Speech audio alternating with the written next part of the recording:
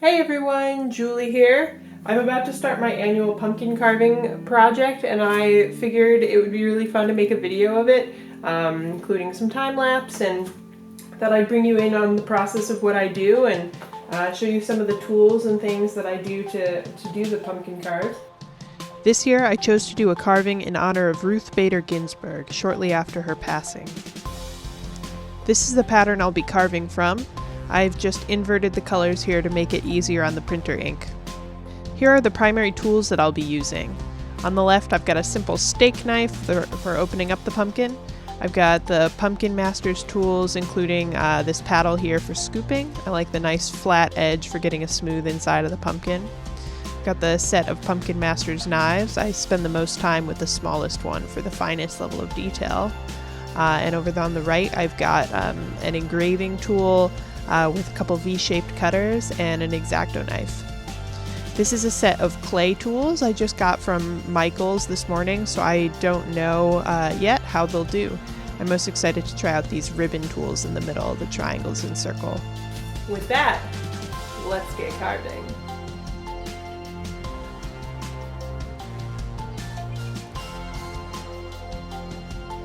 So I just finished pouring out the bottom of this pumpkin and emptying its guts into this giant bowl here.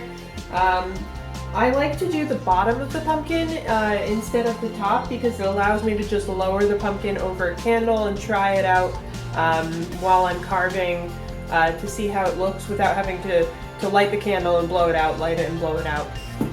So that's one of my tricks. Next I am going to put on the pattern. Let's see how it looks.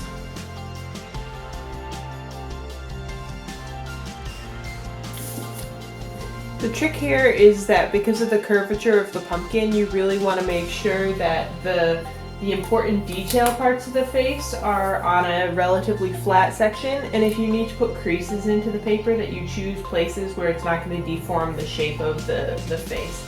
So here, rather than putting a crease across the eyes or the nose, I've chosen to put a crease here.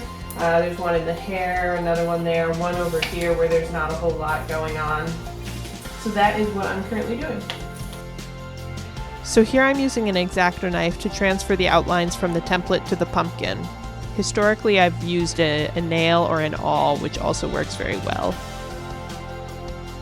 So next step is to take off the pattern and see how it looks.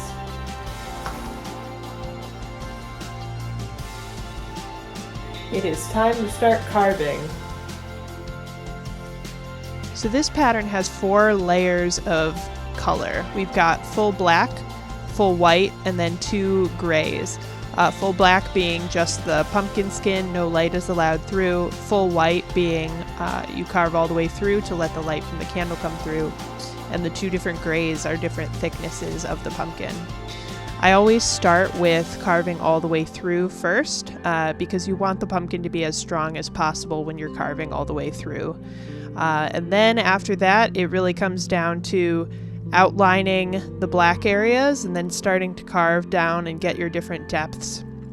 The engraving tools prove really useful for this. There's sort of a flat pointed engraving tool to help remove the skin, and then those V-shaped grooves are really great for hair and getting into the depth of the pumpkin to get the lighter gray shade.